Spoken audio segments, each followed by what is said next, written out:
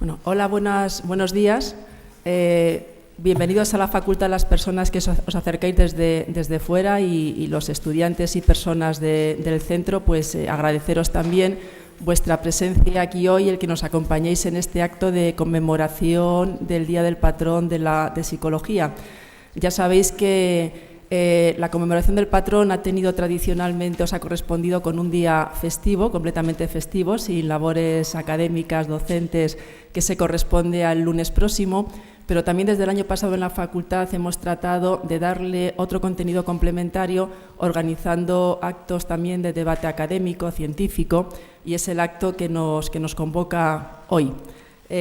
No sé si sabéis, no quiero extenderme mucho porque no tenemos mucho tiempo y además el motivo de la conferencia y de esta mesa redonda es interesante y no quiero tampoco restaros tiempo para su debate y para la exposición a las personas que nos acompañan.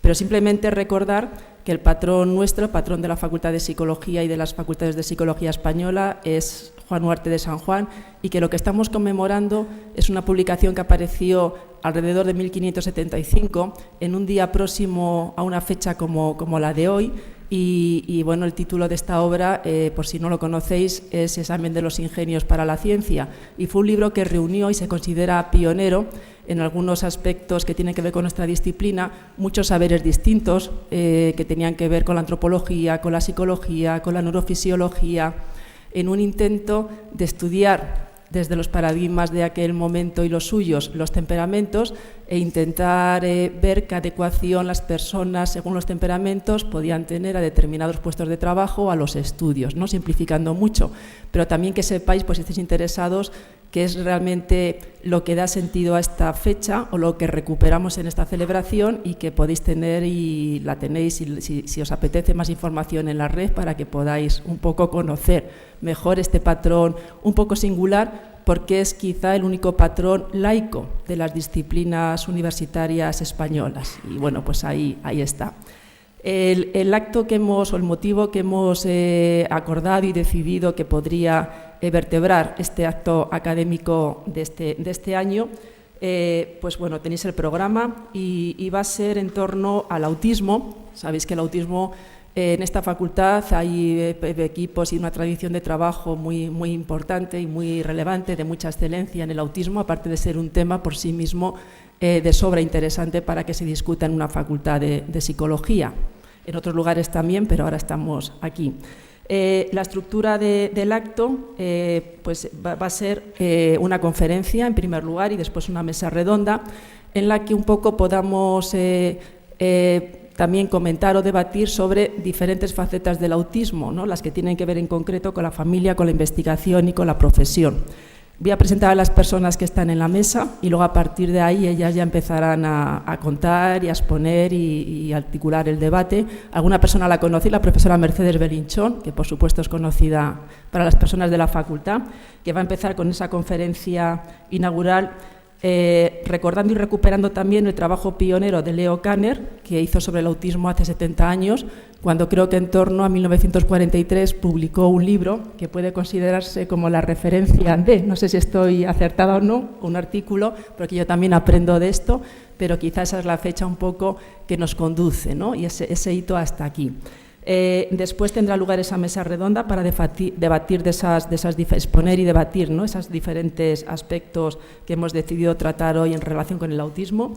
Y para eso nos acompañan, empiezo por la izquierda, Javier Tamarit Cuadrado, que es director del área de calidad de vida de FEAPS y expresidente de AETAPI, y un colaborador también con las tareas de la facultad y actividades en este ámbito ya de larga trayectoria y de mucho tiempo e intensidad.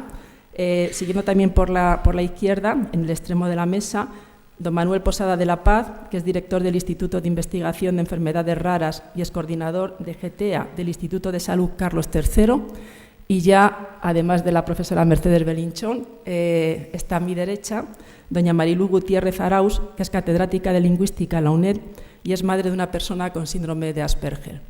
Entonces, sin más, empezamos con la conferencia y tiene la palabra la profesora Mercedes Belinchón, a la que tenemos que agradecer un poco la coordinación de este acto, igual que, lógicamente, a las personas que nos están acompañando hoy en esta mesa, para esta mesa redonda. Gracias. Pues gracias, decana, gracias y buenos días a todos, amigos y amigas. Para mí la verdad es que es un honor y un placer poder hablar hoy aquí del trabajo de Leo Kanner, que está considerado, a mi juicio, muy justamente, como espero poder demostraros hoy, como uno de los grandes pioneros de la investigación y de la atención profesional a las personas con autismo. Más ilusión todavía me hace el hecho de poder tener esta charla en mi facultad, en esta facultad, con motivo de la conmemoración aquí de, como ha dicho nuestra decana, la publicación de otra obra que también fue pionera, el libro de Juan Huarte de San Juan, Examen de los Ingenios. Sabéis que Juan Huarte de San Juan, lo ha dicho la decana, es el patrono de las facultades españolas de psicología desde 1983, casualmente el mismo año en que yo entré en esta casa con mi primer contrato de profesora ayudante, ¿no? El libro Examen de Ingenios lo publicó Huarte, que era un médico vasco-navarro, lo publicó en Baeza, donde él estuvo ejerciendo la medicina. Lo publicó el 23 de febrero de 1575 y este libro fue censurado por la Inquisición, pero se considera que abrió la puerta a la psicología diferencial de la inteligencia y también a la orientación profesional, porque, como ha dicho alguna autora, Elvira Arquiola, hablando de este trabajo, en Examen de los Ingenios se proponía, en primer lugar, establecer la naturaleza o constitución más adecuada para el desarrollo del ingenio, determinar a continuación los diferentes tipos de ingenio existentes, indicar los saberes o ciencias que corresponden a cada tipo de ingenio y saber por fin reconocer las diferentes variedades de ingenio en los hombres para dirigir a cada uno hacia la ciencia para cuyo cultivo se encontrase mejor dotado. El artículo de Leo Kanner no era un libro, era un artículo titulado Trastornos autistas del contacto afectivo. Fue publicado en el año 1943. Kanner era un médico austriaco, había nacido en una pequeña localidad del Imperio Austrohúngaro ya cercano a Ucrania en 1894. Había estudiado medicina en Berlín y bastante antes de que iniciara la Segunda Guerra Mundial, él emigró a Estados Unidos, donde se afincó en 1924. Sin duda ninguna, Kanner es muy probable que no supiera nunca de la existencia de Juan Huarte ni de la publicación del libro de Examen de Ingenios, pero realmente lo que hizo Kanner fue una cosa bastante en línea con lo propuesto por Huarte, ¿no? Porque él lo que hizo fue describir a un conjunto de niños cuyo modo de funcionamiento, cuyo ingenio, que diría Huarte, para Kanner era inusual. Y de esta manera lo que hizo fue abrir la puerta no solamente a la investigación científica orientada a poder conocer cada vez mejor ese ingenio, ese modo peculiar de ingenio de las personas con autismo, sino también y sobre todo para poder dar respuesta más adecuada a las necesidades de estas personas. En el momento en que Kanner publica su famoso artículo del año 43, él es un psiquiatra, es director de la Unidad de Psiquiatría Infantil en la Clínica Psiquiátrica de la Universidad Johns Hopkins de Baltimore. Por cierto, él es el fundador de la primera unidad psiquiátrica infantil del mundo y era ya, en aquella época, un especialista muy reconocido en el ámbito profesional por sus trabajos sobre retraso mental y otras muchas condiciones psicopatológicas infantiles. De hecho, a Kanner se le considera en buena medida el padre de la psiquiatría infantil y de adolescentes. Es verdad, sin embargo, que el interés de todos estos trabajos previos, y que continuó durante toda su vida, sobre otras condiciones psicopatológicas infantiles, quedó un tanto oscurecido, quedó un tanto ensombrecido por precisamente el interés que fue suscitando y el impacto que fue teniendo su trabajo específico sobre autismo. Algo que él reconoció con cierta tristeza, ¿no? El que, en fin, toda una vida dedicado a un montón de condiciones y, sin embargo, al final parecía que para la historia iba a quedar solamente como el autor del trabajo sobre autismo, ¿no? Realmente el artículo de Kanner, como él mismo también reconoció en una entrevista que concedió en 1972, fue un trabajo que no tuvo un impacto inmediato, sino que fue un trabajo que empezó a ser conocido y empezó a tener, digamos, sus consecuencias reales aproximadamente unos 10 años después. Ahora, la pregunta que nos tendríamos que hacer es, o que yo me hago por lo menos, es ¿qué es lo que planteaba exactamente Kanner en este artículo del año 43? Un artículo largo, un artículo de 33 páginas que merece ser conmemorado. ¿Cómo es que esta publicación, que como os decía antes, tardó como unos 10 años, ¿no?, en tener efecto, en tener impacto, ha sobrevivido y sigue siendo una obra de referencia absolutamente imprescindible, 70 años y miles de estudios y miles de publicaciones sobre autismo después de su publicación? Kanner no fue el primero en hablar de autismo. Lo hizo oficialmente en el año, vuelvo a decir, 43, con su artículo que aparece por ahí en este índice del número de una revista con un nombre que hoy no aceptaríamos, el Journal of Nervous Child, y se le considera que es en ese artículo donde él habla por primera vez de autismo infantil precoz, donde por primera vez, diríamos, pues el término queda acuñado. Pero esto no es exactamente correcto desde el punto de vista histórico. La verdad es que ni Kanner fue el primero en usar el término autismo en el ámbito psiquiátrico, ni muchísimo menos los jóvenes pacientes de Kanner fueron las primeras personas en presentar esas características que hoy día vinculamos o asociamos con el término autismo, ¿no? Antes que él, un neuropediatra también austriaco, esta vez nacido en Viena, Hans Asperger, había utilizado también el término autismo en relación y para describir otro grupo más pequeño de niños con características bastante similares a las de Kanner. Kanner en Estados Unidos, Asperger antes en Viena. Realmente está documentado que Asperger, en cartas con colegas, antes de que existiera el mail, él ya hablaba de autismo en relación con algunos de sus alumnos de la Clínica Neuropediátrica de la Universidad de Viena, donde él trabajaba, y hay además una publicación en esta revista de nombre impronunciable en alemán, pero que se traduciría algo así como Semanario Clínico Vienés, una publicación semanal en la que los médicos vieneses, pues, digamos, resumían los hallazgos y las aportaciones más interesantes de la semana.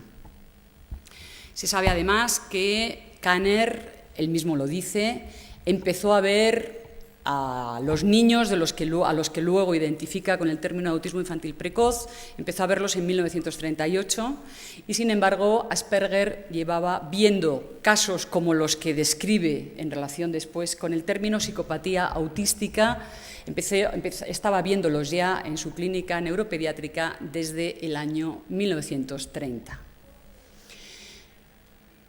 Tanto Kanner como Asperger toman el término autismo de un psiquiatra suizo, antecesor de ellos, aunque parcialmente coetáneo de ambos, que es Eugene Bleuler, quien había hablado de autismo para identificar uno de los 3 síntomas nucleares de la esquizofrenia, de las psicosis adultas.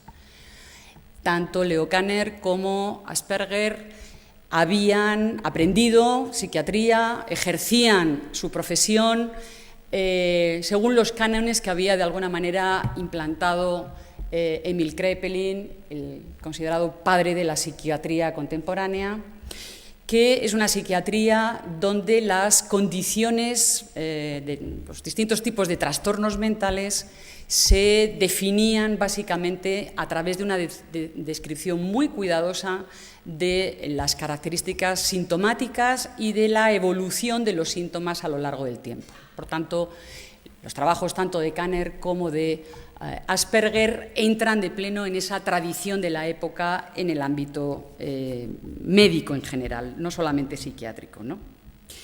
Se suele decir que a la hora de evaluar por qué fue el trabajo de Kanner y no el de Asperger el que ha tenido más impacto, se suele decir, yo misma lo digo, aquí hay alumnos que me lo han oído decir en clase, que un elemento fundamental que a los profesores e investigadores de ahora mismo nos resulta muy familiar, es que Kanner escribió en una revista o publicó su trabajo en una revista que en su momento tenía cierto impacto, reconocido impacto, difusión en el ámbito anglosajón, que es a lo que llamamos impacto todavía hoy, mientras que Hans Asperger publicó su trabajo en una revista importante en Alemania, publicó en alemán, en una revista Archivos de Psiquiatría, también de título en alemán, para mí completamente imposible.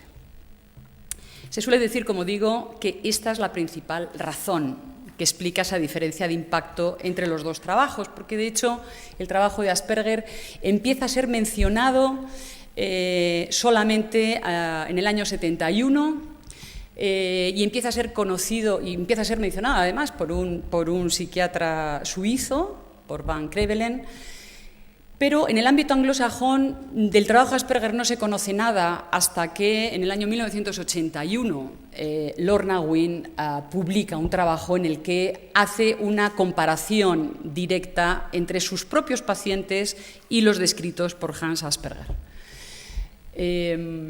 Lorna Wynne había tenido conocimiento de ese trabajo de Asperger, aunque ella no hablaba alemán, había conseguido que le tradujera ese trabajo su marido, que sí habla alemán, y ella misma tuvo oportunidad de invitar y de compartir con Asperger una sesión de trabajo en Londres, pues el año anterior al fallecimiento de Asperger, que fue en el año 1980, Leo Kanner falleció en el 1981, es decir, fueron ellos coetáneos, ¿no?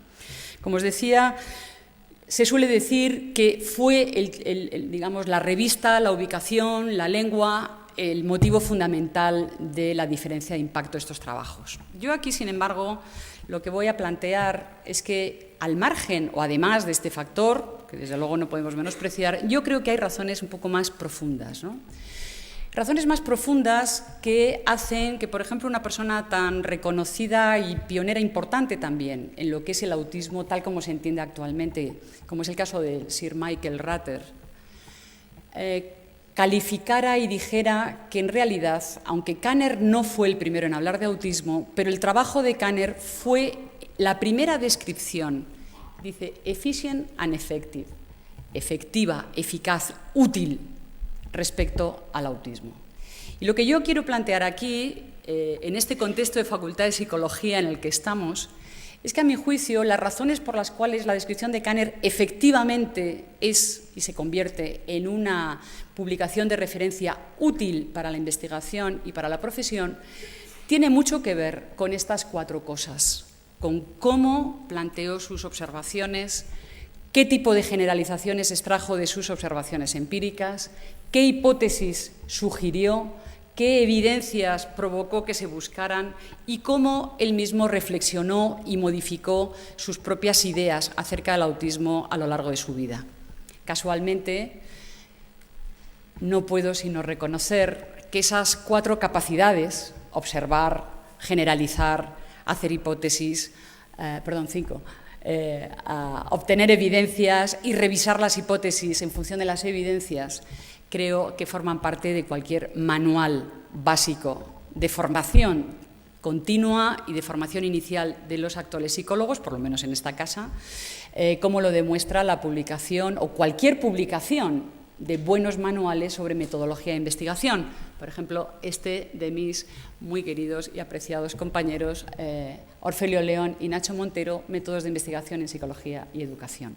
Todos los que habéis pasado por esta casa como estudiantes os sonarán las caras y la portada del libro, seguro. Y espero que también el contenido. Voy a ir justificando un poco por qué me parece que el modo en que Kanner hizo esas 5 clases de cosas observar, generalizar, formular hipótesis, buscar evidencias y valorar sus hipótesis en función de esas evidencias, porque me parece que representan una visión verdaderamente moderna y científica, que es lo que está en la base de su impacto. Y vamos a empezar con las observaciones que hizo Kanner. Kanner empieza su artículo del año 43 con una cita muy citada que dice lo siguiente: desde 1938 nos ha llamado la atención un número de niños cuya condición difiere de manera tan marcada y singular de cualquier otra conocida hasta el momento, que cada caso merece y espero que recibirá con el tiempo una consideración detallada de sus fascinantes peculiaridades. Empieza así el artículo de Kanner. Y empieza también reconociendo que lo que va a presentar no es más que un estudio preliminar, que necesitaría muchísima más elaboración, pero que él se va a limitar en ese estudio simplemente a presentar una descripción detallada de los casos y a esbozar algunas hipótesis acerca de la naturaleza de esa condición. ¿Qué tipo de cosas son las que destaca y recoge Kanner ahí? Él en realidad lo que nos presenta es una descripción muy detallada, muy sutil, muy perspicaz, de 11 casos, concretamente de 8 niños y 3 niñas, de edades comprendidas entre los 2 y los 10 años, y recoge no solamente observaciones sobre cómo se comportan estos niños, sino también observaciones sobre sus familias, sobre sus historias médicas y sobre su desarrollo, aunque las observaciones de Kanner respecto al desarrollo previo de estos niños, al desarrollo en los 3 primeros años de estos niños, es una información muy limitada, porque está además sujeta exclusivamente a la memoria o al recuerdo que pueden aportar los padres, ¿no? Entre esas peculiaridades que Kanner calificaba de fascinantes, menciono algunas que siguen estando en la base de cualquier descripción y cualquier caracterización actual del autismo. El aislamiento social extremo, él decía, la ausencia profunda del contacto afectivo con otras personas, el deseo, que él decía, ansioso y obsesivo por mantener invariantes el entorno y las rutinas, lo cual da lugar a conductas muy repetitivas, a actividades e intereses muy limitados, a respuestas airadas, decía él, ante cualquier cambio en el ambiente. Hablaba de la fascinación por los objetos, que, sin embargo, para su sorpresa, muestran una capacidad muy hábil de manipulación de estos objetos. Hablaba de mutismo o de un lenguaje que no parece dirigido a la comunicación interpersonal y en la que se encuentran usos peculiares, raros, como puedan ser las ecolalias o las inversiones pronominales. Hablaba, sin embargo, también de la excelente memoria mecánica de fechas, de nombres de cosas, de eventos. Hablaba del buen rendimiento, sorprendente buen rendimiento en la resolución de problemas y de tareas de tipo manipulativo, como puzzles, ¿no?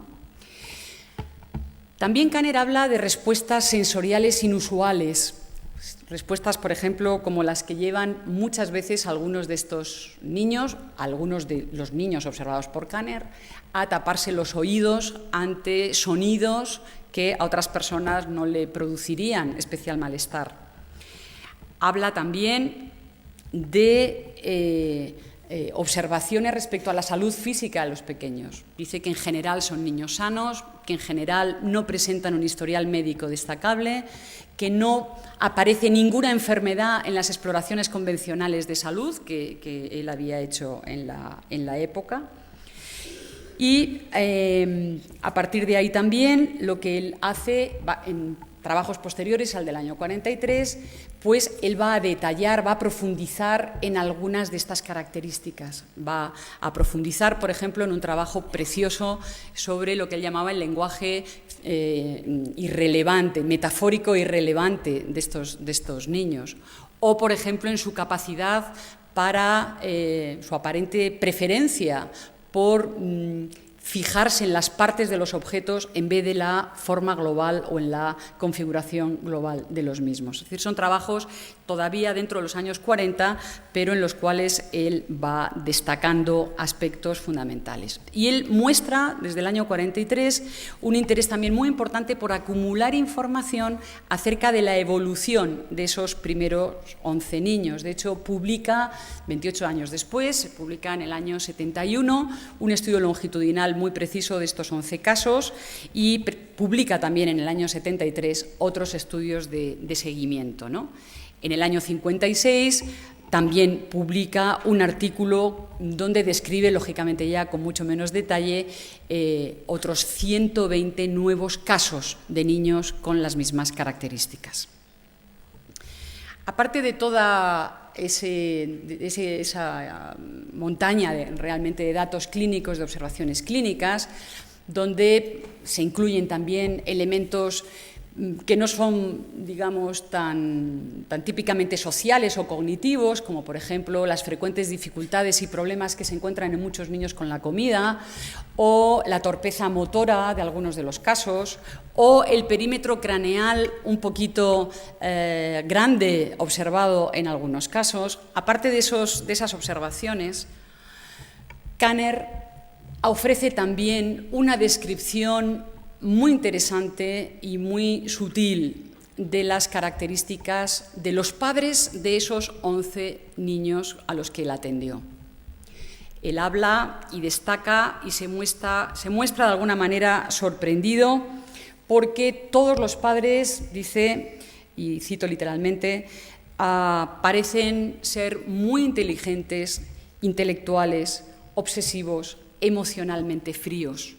Tan fríos que en un desliz un poquito impropio de un profesional riguroso llega a acuñar y a usar el término de padres nevera y a decir en una entrevista que hizo a la revista Time en el año 1960 que estos padres y madres nevera parecían haberse descongelado solo el tiempo necesario para hacer un hijo. Este comentario, él durante años, vamos a ver cómo se arrepintió profundamente de haberlo hecho. ¿Qué generalizaciones extrae, propone Kanner ya en su artículo del 43 en base a todas estas observaciones? En primer lugar, Kanner lo que plantea es que en ese conjunto de comportamientos observados, y a pesar de la diversidad y de las diferencias individuales evidentes entre los 11 niños que él describe, dice, se puede reconocer un clúster de síntomas común a todos ellos. Y él habla de clúster de síntomas reconocible. En realidad, en ese trabajo del año 43, él no propone criterios diagnósticos para el autismo.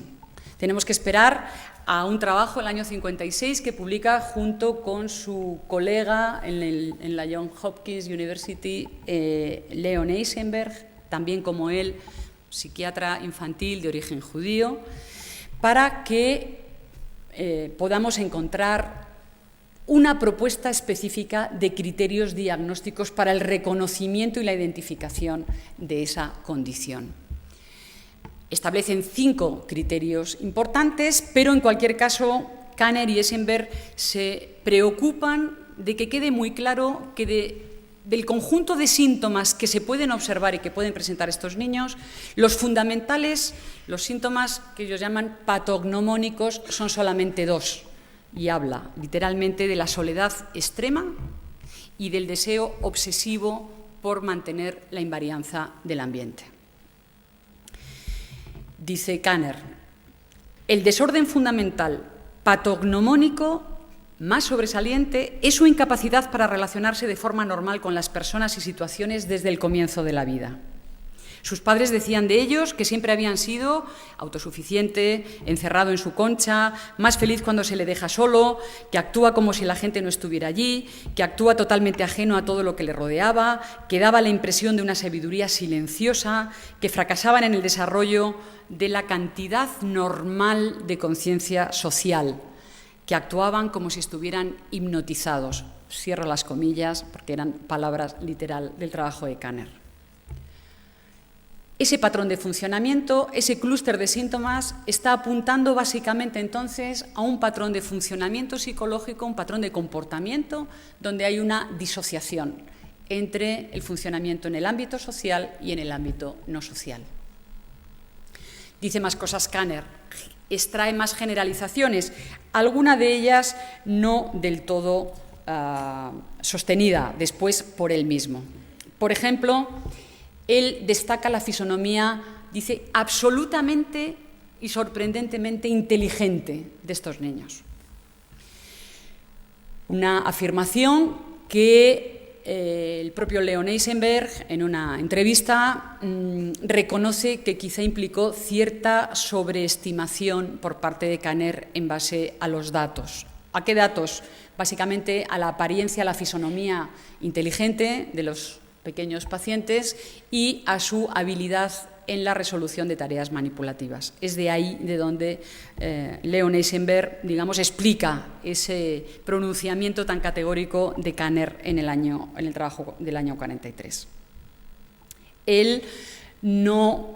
Kanner no hace en su trabajo, ni en el del año 43 ni después, ninguna propuesta directa de intervención.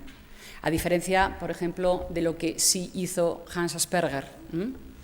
Sin embargo, desde el primer trabajo muestra una preocupación genuina por la atención y el tratamiento institucional que estaban recibiendo y que veía que estaban recibiendo muchos de estos niños, que frecuentemente, como él decía, habían sido arrojados por sus padres a centros para débiles mentales y tratados como objetos o como infrapersonas.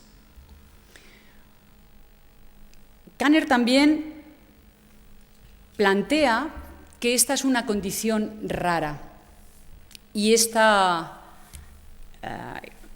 etiquetado, esta característica de que es una condición poco frecuente, se ha mantenido hasta hace relativamente poco. Yo creo que después en la mesa redonda habrá posibilidad de analizar también esta cuestión. Y él planteaba también que era una condición única. Una condición única desde el punto de vista psiquiátrico, desde el punto de vista nosológico, como él mismo recogió en publicaciones como este libro de psiquiatría infantil, que es muy posterior. Quiere decir que era una condición diferente a las demás, pero además una condición en la cual todas las manifestaciones podían entenderse como reflejo, resultado de una única entidad o problemática mórbida, de un único trastorno de base. Es esa apelación al carácter único del trastorno el que todavía en la psiquiatría actual ha estado en la base de todos los estudios sobre la validez diagnóstica del constructo o del término autismo. Otra generalización muy importante que hace Kanner es la idea de la enorme precocidad del trabajo, de la condición. En su trabajo del año 43, él insiste en este aspecto y concluye diciendo que probablemente el autismo es el primer caso de trastorno innato del contacto afectivo.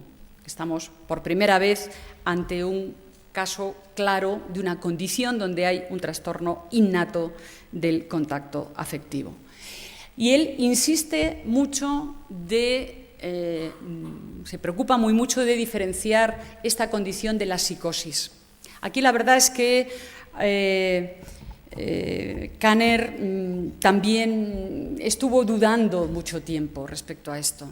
La verdad es que a él le costó mucho trabajo, él lo reconoce, elegir el término autismo. Tenía muchas dudas, porque como he dicho antes, el término autismo había sido acuñado en el contexto de las esquizofrenias adultas.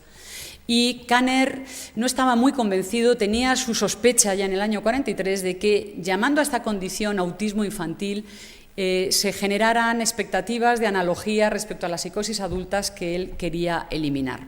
Bien, se arriesgó a usar ese término, siempre se arrepintió de haber elegido ese término y, sin embargo, no fue muy capaz, quizá porque él tampoco lo tenía del todo tan claro, de establecer una diferenciación muy clara respecto a la psicosis. Por ejemplo, hay artículos tempranos en los cuales él dice: esto no es, se refiere al autismo, claro, como en el caso de los niños o adultos esquizofrénicos, una desviación de una relación inicialmente presente. No es una retirada social de una participación social que existiera con anterioridad. Por tanto, parecía que lo tenía en este sentido perfectamente diferenciado ya desde los primeros trabajos y, sin embargo, a lo largo de trabajos posteriores se sigue comprobando, se sigue viendo cierta confusión. Por ejemplo, en un artículo que tiene que se llama Problemas de nosología en psiquiatría infantil y adolescente del año 49, pues él habla con cierta ambigüedad sobre esta conexión entre autismo y psicosis. O, por ejemplo, una revista importante todavía hoy, como es el Journal, quizá la revista más importante en el ámbito del autismo, el Journal of Autism, del que Kanner fue el primer director entre 1971 y 1974. Inicialmente se llamaba Journal of Autism and Childhood Schizophrenia, mostrando, digamos, o dando cobertura a una mezcla, digamos, de trabajos sobre las dos condiciones. Solamente en el año 1979, ya pues, prácticamente el año antes de morir, 2 años antes de que muriera Kanner, cuando él ya no era el director de la revista, esa revista cambió su nombre por el nombre actual, que es el Journal of Autism and Developmental Disorders, un cambio conceptual muy importante que recogía el espíritu de los tiempos y el reconocimiento por primera vez en 1980 del DSM-3 en esa edición de reconocimiento del autismo como un trastorno del desarrollo, no como una forma de psicosis infantil.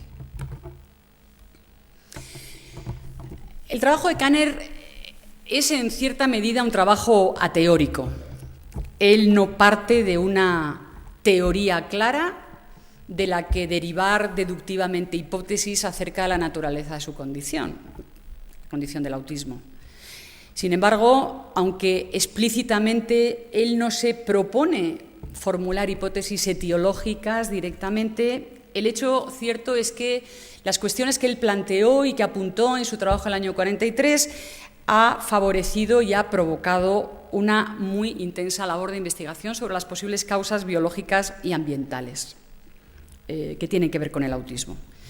En el artículo de 1943, él hace, de hecho, un comentario que actualmente podríamos considerar premonitorio acerca de las bases biológicas, ¿no?, del autismo, porque concluye: debemos asumir que estos niños han llegado al mundo con una incapacidad innata para formar el contacto afectivo normal con las personas, un contacto, reconoce él, biológicamente proporcionado.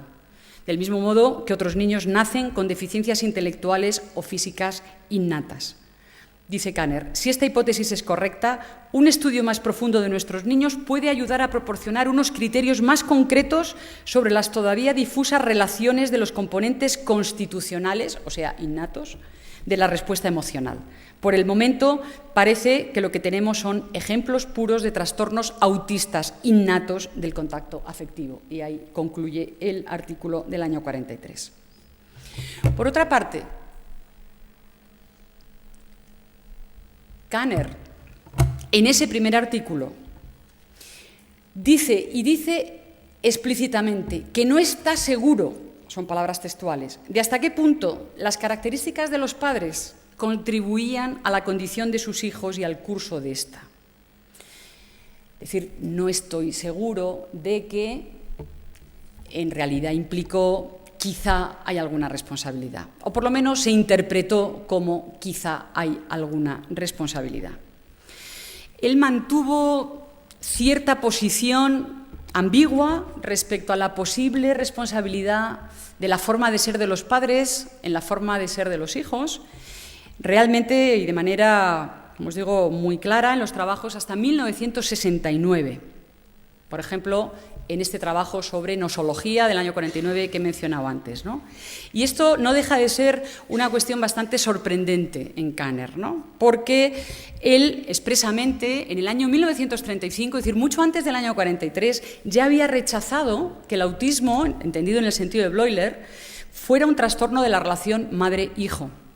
En 1937 había publicado críticas a aquellos que desde corrientes psicodinámicas culpabilizaban a los padres de los problemas de sus hijos, no del autismo, sino en general de los problemas de los hijos. Kanner no era un autor especialmente proclive al psicoanálisis, aunque en su época el ambiente psiquiátrico estaba dominado por el psicoanálisis. Él, por ejemplo, en 1941, es decir, 2 años antes de la publicación que estamos hablando hoy, él había escrito un libro que se titulado En defensa de las madres, un título que fue traducido al español y que tiene un subtítulo maravilloso que en español es Cómo educar a los hijos a pesar de los más fervientes psicólogos. Y fervientes lo pone entre comillas.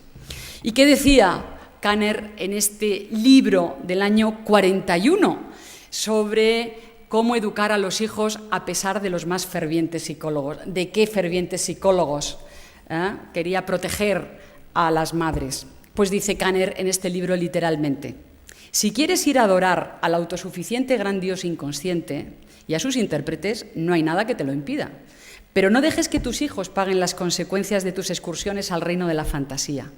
Porque esto, el psicoanálisis, no es más que una fantasía no probada, a la que han llamado psicología, pero que está sublimemente alejada de la vida real, que es desdeñosa de los hechos y sucesos reales y que en realidad depende de una especie de fantasiosa interpretación sobre a modo de inconsciente mitológico. Por tanto, Kanner en el año 41 se mostraba claramente ajeno a esta marea psicodinámica que envolvía la psiquiatría de la época en Estados Unidos y no solo. Y sin embargo, a su pesar, ese comentario acerca de los padres nevera generó una corriente de opinión culpabilizadora desarrollada de manera muy activa en ese contexto de la psicología y la psiquiatría psicodinámicas, aunque él expresamente y siempre que tuvo oportunidad, siempre negó haber culpado a los padres. Por ejemplo, en 1968, en un artículo publicado en otra revista de mucho impacto, Acta Paedopsiquiátrica, dice: en ningún momento he señalado a los padres como la principal fuente postnatal de patogenicidad, refiriéndose al autismo. En cualquier caso, Kanner, y este es un aspecto, yo creo, poco destacado de su trabajo, pero muy relevante desde una perspectiva neuroconstructivista actual sobre el desarrollo humano, reconocía en su primera publicación que la relación de los padres con los padres en ningún caso podría explicar todo el comportamiento de los niños ni su evolución. Dice, el aislamiento muy temprano limita la experiencia y las relaciones del niño con su entorno, convirtiéndose, por tanto, en sí mismo en determinante del propio desarrollo ulterior.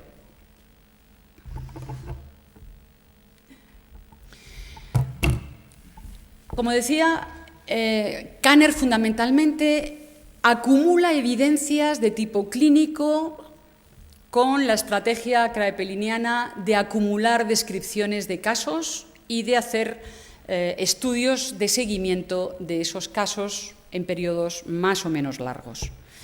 Pero, por tanto, las evidencias vienen más bien de otras personas distintas al propio Kanner, ¿no?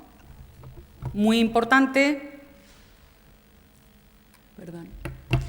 esas evidencias, cómo surgen, cómo se plantean, de dónde salen, quiénes fueron los pioneros en iniciar líneas de trabajo que tomaban y que aportaban en última instancia información útil para poder contrastar las ideas de Kanner.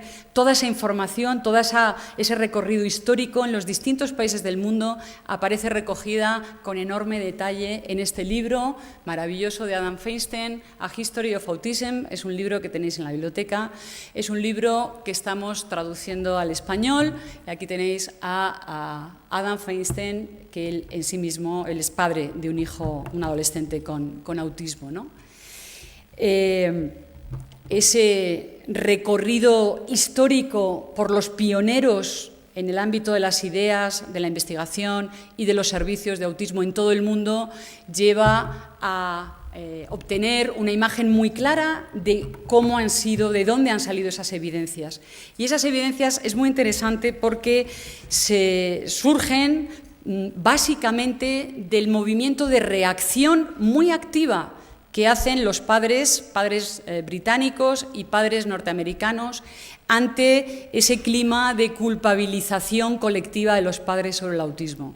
Se produce ya en los años 50, se producen movimientos de grupos de padres que empiezan a organizarse, que empiezan a ponerse en contacto con científicos expertos en todos los ámbitos del saber, en la biología, en la medicina, en la psiquiatría, en la propia psicología. Algunos, no muchos, pero algunos de estos padres pioneros son en sí mismos científicos de primera fila en sus respectivas especialidades y se produce entonces realmente una dinámica que yo creo que es muy característica del ámbito del autismo. Después seguramente que alguno de mis compañeros de mesa va a hacer alusión a ello, donde realmente es el empuje de las familias a la investigación y a la organización de servicios la que posibilita crear un contexto de investigación, un contexto de búsqueda de evidencias en contra de esta acusación percibida, interpretada, de culpabilidad de los padres en el origen del problema. Fruto de esas primeras evidencias científicas, de investigaciones psicológicas, de investigaciones con hermanos, de investigaciones genéticas, es precisamente este cambio de denominación de la revista del Journal of Autism al que me refería con anterioridad. En ese libro de Historia del Autismo, no podía ser de otra manera, hay también un capítulo dedicado a nuestro país, un capítulo en el que se reconoce el trabajo pionero de una persona, Ángel Rivière, que tuvimos la suerte de que fuera catedrático de Psicología Cognitiva en esta facultad, en esta universidad, y que contribuyó de una manera muy significativa a que el conocimiento del autismo y la atención al autismo y la formación de profesionales en el autismo tuviera esa mirada, esa perspectiva de fundamentación científica que era la que originalmente habían buscado los padres y habían provocado los padres en otros países. También en este libro se hace mención a algunas de las asociaciones, las primeras asociaciones que en este país, organizaron los primeros servicios de atención directa a las personas con autismo, y para la edición española está preparando el autor una ampliación de ese capítulo dedicado a España, donde podamos recoger pues la experiencia y la mención a instituciones y a personas que se quedaron fuera de la primera edición, diríamos, de esa referencia a la edición inglesa, pero que son esenciales para entender la realidad del autismo hoy en nuestro país. El papel, por ejemplo, de las grandes confederaciones como FESPAU, como Autismo España, otras que han surgido después, como puedan ser la Federación Asperger España, la Fundación Ángel Rivière, que se ha creado hace muy poquito tiempo, del que después nos hablará Mariluz, o, muy importante y muy típico de España, la Asociación de Profesionales del Autismo, que no existe en otros países y de los que también nos hablará Javier como expresidente que ha sido de esa asociación. El conjunto de evidencias obtenido a partir de este movimiento permite revisar, y le permitió al propio Kanner, pero también nos permite a todos, revisar en profundidad todas esas generalizaciones iniciales del autor. Por una parte, desde finales de los años 70, los sistemas de clasificación diagnóstica internacional ya han hablado de autismo como una entidad diferente a la psicosis en todas sus ediciones, desde el CIE 9 hasta el DSM-3, en todas sus ediciones, y en todos los casos la definición diagnóstica que se propone del autismo comparte o sigue anclada en la descripción de los síntomas fundamentales de los que habló Leo Kanner. Es verdad que dependiendo de las ediciones, pues el número de criterios diagnósticos necesarios para ese diagnóstico ha variado. Ha habido matices acerca de la importancia de algunos criterios, como pueda ser la edad de inicio, pero básicamente siempre se ha reconocido que hay una tríada básica de alteración nuclear que tiene que ver con la interacción social, la alteración cualitativa de la interacción social, de la comunicación social, de la imaginación social, que suele ir junta, que suelen presentarse de manera conjunta, aunque en los últimos años algunos autores están planteando la posibilidad de que esa tríada pueda ser fraccionable, de que podamos encontrar de algún modo bases genéticas y cursos evolutivos diferentes en relación con esas, digamos, síntomas o alteraciones primarias, ¿no? La evidencia de investigación clínica y no clínica ha obligado a reconocer algo que Kanner no tuvo mucha posibilidad de ver en mucho detalle, pero que, como hombre perspicaz que era, intuyó absolutamente, que es la idea de que el autismo es una condición mucho menos homogénea y mucho menos única de lo que él había planteado. Ha sido inevitable reconocer la diversidad fenotípica, la existencia de síntomas muy diversos o de patrones sintomáticos muy diferentes en las personas, cursos evolutivos muy diferentes en las personas, formas más típicas y menos atípicas, niveles muy diferentes de intensidad de la sintomatología, y eso es lo que ha dado lugar al desarrollo o la emergencia de conceptos como el de continuo de severidad o la propia noción de espectro del autismo, que se han ido imponiendo en la descripción de esta condición, por cierto, para horror de Kanner, que abominó siempre de este, digamos, ensanchamiento del concepto y llegó a hablar de que el término autismo se había convertido en un cubo de basura pseudodiagnóstico. Digo, para que veáis un poquito la intensidad emocional con la que Kanner vivió este movimiento, ¿no?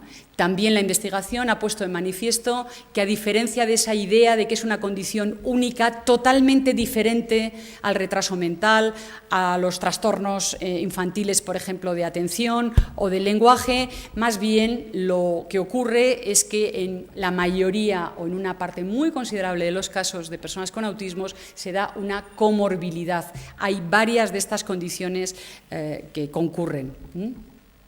Respecto a la disociación social, no social, la evidencia, sobre todo de la investigación cognitiva, ha permitido poner de manifiesto que la propuesta inicial de Kanner es una propuesta, diríamos, muy grosera, muy de grandes rasgos, porque lo que realmente parece que ocurre es que las personas con autismo tienen una relación peculiar tanto con los objetos físicos como con los objetos sociales, como con las personas, que hay alteraciones muy sutiles también en el ámbito del funcionamiento o de la relación con los objetos físicos del mundo, y que en realidad, por tanto, más que hablar de una disociación en sentido estricto, lo que tendríamos que hablar es de una especie de estilo cognitivo peculiar, un modo de funcionamiento peculiar en relación con todos los ámbitos del mundo.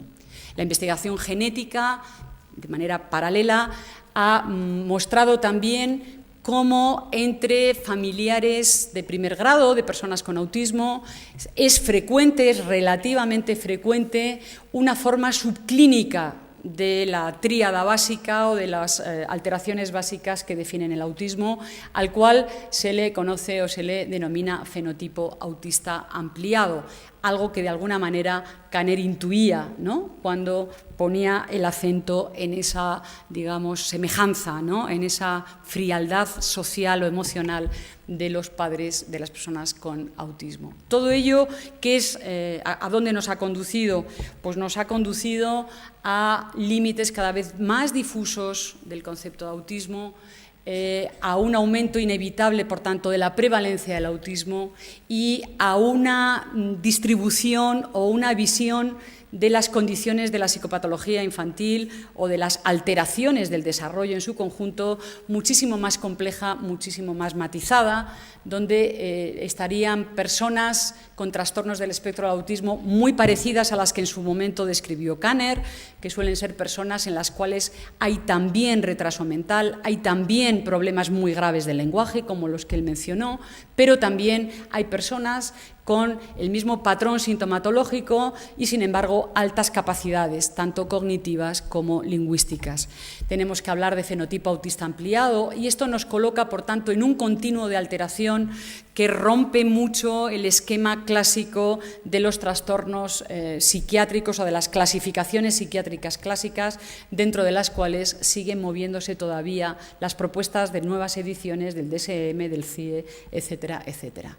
Más bien, el reconocimiento, la acumulación de evidencias sobre esa diversidad obliga y ha llevado a que en los últimos años se haya impuesto directamente no el término trastornos del espectro del autismo, sino condiciones del espectro del autismo, y que incluso en el borrador del DSM-5, el último publicado antes de la publicación definitiva de esta versión del manual, ya se hable directamente de trastorno en singular del espectro del autismo, retomando en realidad la idea de Kanner de que, a pesar de la diversidad de manifestaciones, el trastorno, que implica la soledad o la problemática socioemocional y la problemática de relación con el entorno físico, es solamente uno. Estas condiciones del espectro del autismo se perciben ahora, en función de la evidencia a la que hacía referencia anteriormente, no como condiciones diferentes, o sea, no como condiciones de personas que son deficientes necesariamente, sino que son simplemente diferentes. Y es ese modo de pensar acerca de las personas del espectro del autismo en toda su diversidad la que, junto con las observaciones y las evidencias acumuladas en relación con otros cuadros originalmente también considerados como trastornos mentales, como pueden ser los trastornos de atención, los trastornos de aprendizaje, etcétera, ha ido configurando un movimiento muy potente que es el que propugna que entendamos todas estas situaciones, todos estos casos, diríamos, como únicamente manifestaciones de la neurodiversidad humana, que no debe ser vista como un problema, como una patología, sino que simplemente, pues como dice el logo, pues constituyen en realidad la sal de la vida, ¿no? Esa diversidad de las personas, de la cual formarían parte todas las personas con condiciones del espectro del autismo. Os decía, y voy terminando, Kanner disfrutó muy poco, en realidad, del impacto de su trabajo. Disfrutó muy poco porque tenía la sensación de que ese trabajo sobre autismo obviaba, quitaba valor, hacía menos obvio sus aportaciones en otros ámbitos importantes de la psiquiatría. Sufrió bastante porque siempre tuvo la duda y la sensación de que se había equivocado al elegir el término autismo. Sufrió bastante porque pensó que de una manera un tanto involuntaria había provocado interpretaciones inadecuadas, por ejemplo, en relación con el tema de los padres o la responsabilidad de los padres. Él, siempre que pudo, echó marcha atrás. Corrigió sus propias posiciones. Por ejemplo, desde muy pronto él excluyó que el lenguaje tuviera que ser un criterio diagnóstico. Él pensaba más bien que los problemas de comunicación y de lenguaje eran derivados de los dos problemas básicos, del aislamiento social, o sea, los problemas socioemocionales y, digamos, de necesidad de mantener la invarianza del entorno. Él, ya en el año 71, expresamente asume y reconoce que es indudable que la etiología del autismo sea biológica. Y esto lo hace después de la publicación de un artículo por parte de Stella Chess, donde presenta importantes datos, no solamente con gemelos, sino sobre otras situaciones, otras evidencias de investigación. Es curioso que hasta 1971 no hiciera este reconocimiento, porque él mismo, en su trabajo con Eisenberg en el 56, ya menciona la existencia de parejas de hermanos gemelos en las que los dos hermanos gemelos presentan autismo, y hay otros estudios de la época que también estaban aportando claramente evidencias clínicas en ese sentido. Pero lo más interesante es que Kanner siente la necesidad de explicarse, y de explicarse fundamentalmente delante de los padres, ¿no? En 1969 él se presenta a uno de los primeros congresos de la National Society for Autistic Parents, ¿no? Uno de los primeros congresos de la Asociación Americana de Padres de Personas con Autismo, que después se ha convertido en el Autism Society of America, y escribe, o dice, está transcrito, pero él lo dijo, dice: he sido malinterpretado muchas veces. Desde mis primeras publicaciones hasta las últimas he hablado inequívocamente de esta condición como innata. Pero como he descrito algunas de las características personales de los padres, se me ha atribuido erróneamente haber dicho que todo es culpa de los padres. Pero aquellos de ustedes que han venido a verme con sus hijos saben que no es eso lo que yo he dicho, que de hecho he intentado aliviar la ansiedad de los padres provocada por esa especulación. Y en esa misma conferencia, de una manera muy dramática, hace esta declaración. Dice: padres, yo os eximo de toda responsabilidad. Y a partir de ese momento, el año 69, él no va a desperdiciar ninguna oportunidad de ir muy abiertamente a la contra de las interpretaciones psicodinámicas. Por ejemplo, haciendo una crítica furibunda en 1972 del libro de Bettelheim, de Bruno Bettelheim, La fortaleza vacía, que había sido publicado en 1967 en inglés, que fue traducido al español en 1971, fue el primer libro traducido al español en 1971 y ha provocado un daño verdaderamente irreparable en decenas de miles de padres que leyeron como única referencia ese libro de Bettelheim. Él también se ha lamentado de que incluso a pesar de las evidencias se ha mantenido, ha habido una cierta corriente de pensamiento que ha mantenido vinculado el autismo a las psicosis. Y es verdad que hasta el año 83, hasta el DSM-3 versión revisada, no se incluyeron expresamente digamos, estas dos categorías como diferentes, y se incluyó como criterio excluyente para el diagnóstico de autismo el que no hubiera ni delirios ni alucinaciones. Él, como os decía, finalmente siempre abominó del curso que estaban llevando los acontecimientos y de que el término autismo acabara aplicándose de manera indiscriminada a cualquier niño raro. Esto, él murió en el año 81, no sé cuánto más habría abominado en el momento actual. En definitiva, 70 años después del trabajo de Kanner, yo creo que resulta fácil reconocer y sintetizar el valor de su trabajo diciendo que Kanner fue el gran catalizador, el gran provocador de dinámicas de investigación y de atención a las personas con el autismo. Desde luego quedan todavía muchas dudas por resolver, pero Asperger había escrito en 1944, en su famoso trabajo del año 44, había dicho: el término autismo acuñado por Bleuler ha sido y puede considerarse indudablemente una de las más importantes creaciones conceptuales y lingüísticas de la nomenclatura médica.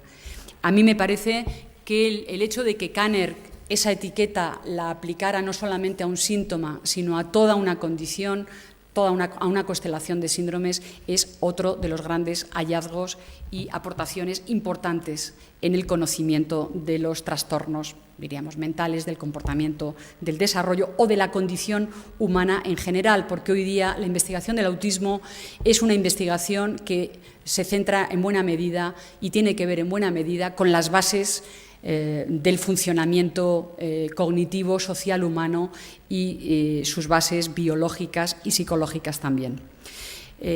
Hablar de autismo hoy es hablar de una condición reconocida, visible socialmente que presentan muchísimas personas en todo el mundo. A Manolo Posada después nos dirá más o menos cuánto, y en torno a la cual hoy hay formas reconocibles de investigación, de acción profesional.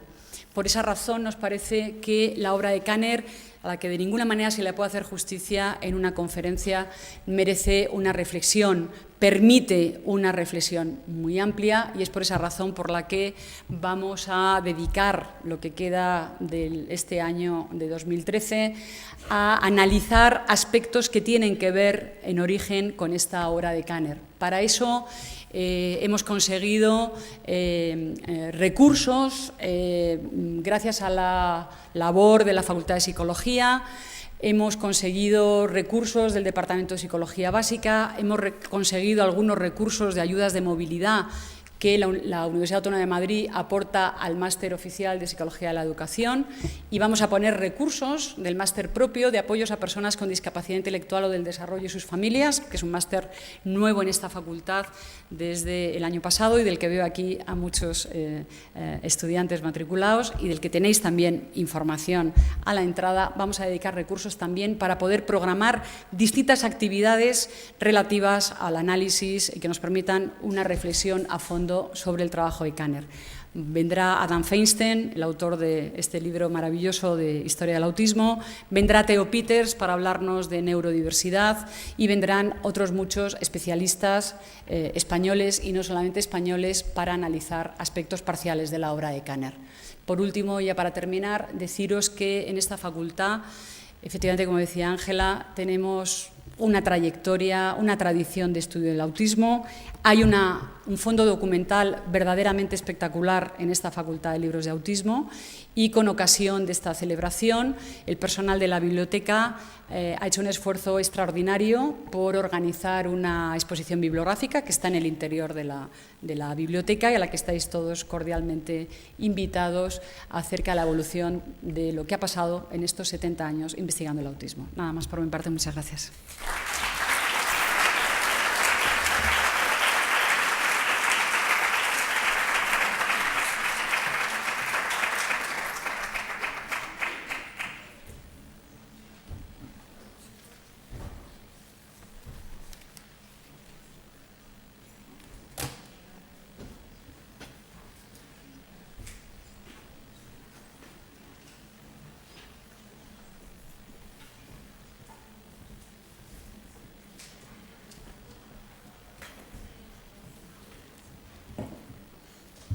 Bueno, pues ahora viene la segunda parte, que es la más interesante, como siempre, que es una mesa en la cual personas que han vivido en primera persona y tienen una experiencia en primera persona de las tres, diríamos, áreas o ámbitos sin los cuales no es posible entender qué pasa con el autismo en nuestro país y fuera de nuestro país, pues nos acompañan hoy.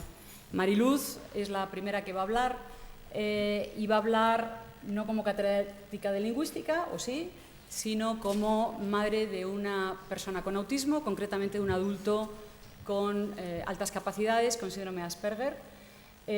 Manuel Posada, en el extremo de allá, desde su experiencia de director de un instituto de investigación en el Instituto de Salud Carlos III, y como antiguo coordinador de un grupo que se creó, un grupo de estudios sobre trastornos del espectro del autismo, nos va a aportar algunos datos y algunas ideas sobre la investigación.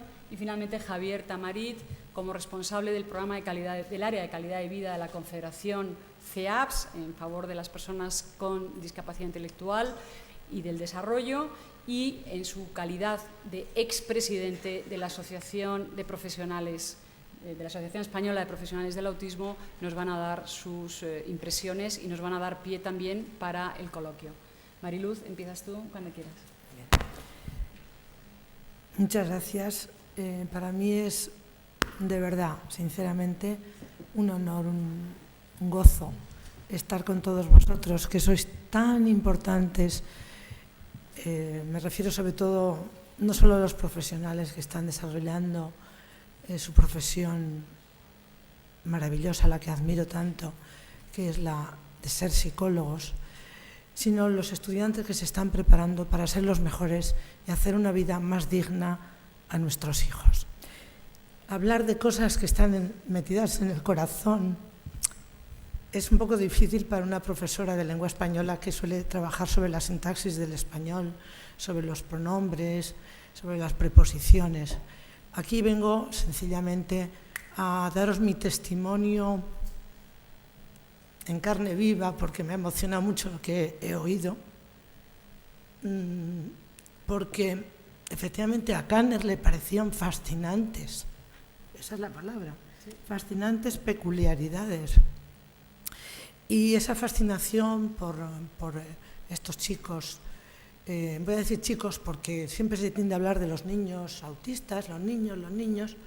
Yo tengo un hijo de 40 años, Ricardo 12, que nació el año 73 y que tuvo la suerte, es el tercer hijo después de 2 hermanas, chicas muy brillantes, etcétera, y de repente nace este hijo y desde el principio yo notamos cosas raras en su comunicación y luego le costó más hablar de lo normal. Imaginaros, yo en esa época estaba haciendo mi tesis doctoral sobre estructuras sintácticas del español actual.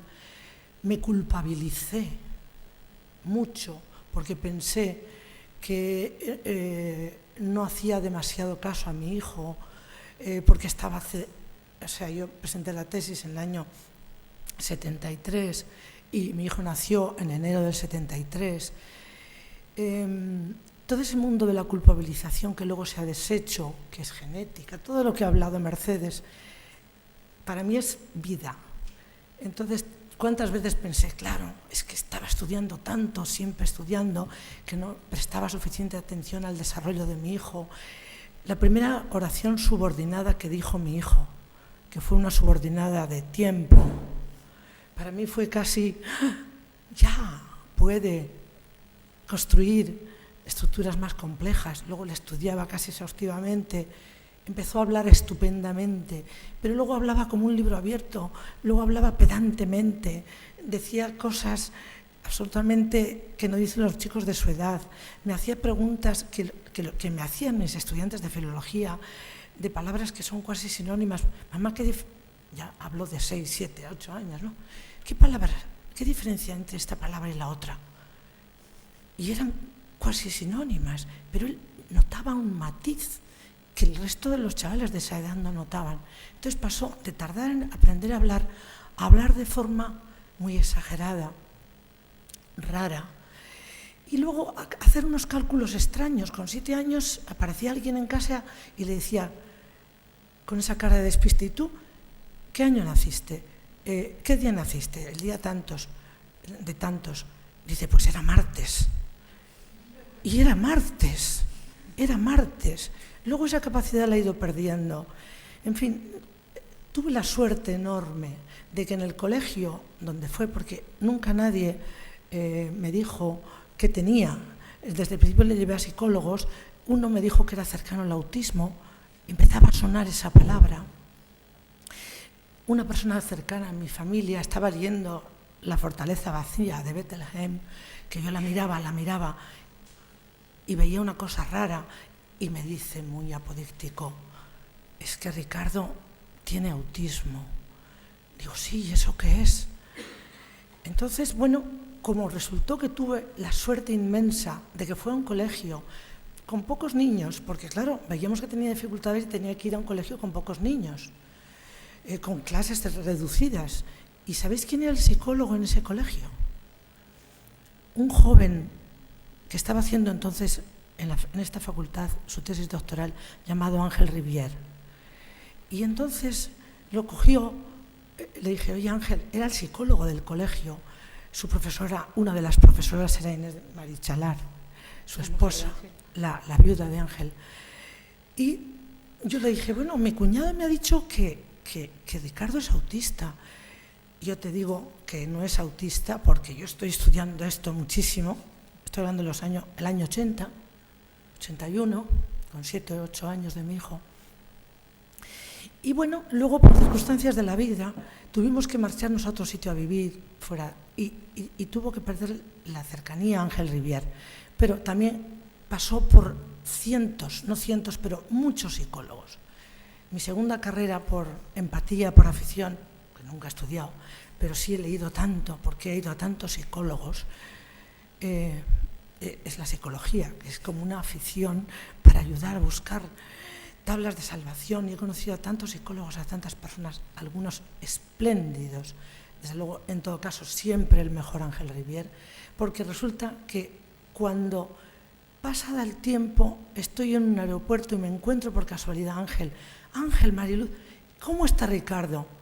Pues mira, por ahí anda trasteando, va a un colegio nacional allí en Majadahonda, y si el profesor es bueno, pues saca buenas notas. Si el profesor es poco empático, nos llaman rápidamente. Yo no sé si será mi corazón el que hace plop, es posible, pero quiero verlo. Y lo vio exhaustivamente durante 2 tardes ya en su casa, de Avenida de Santo Domingo, calle de Cuesta de Santo Domingo. Y cuando acaba esa exhaustiva 2 tardes y voy a su casa y me dice: mira, Mariluz, tu hijo tiene, porque hasta entonces le habían diagnosticado hiperactividad,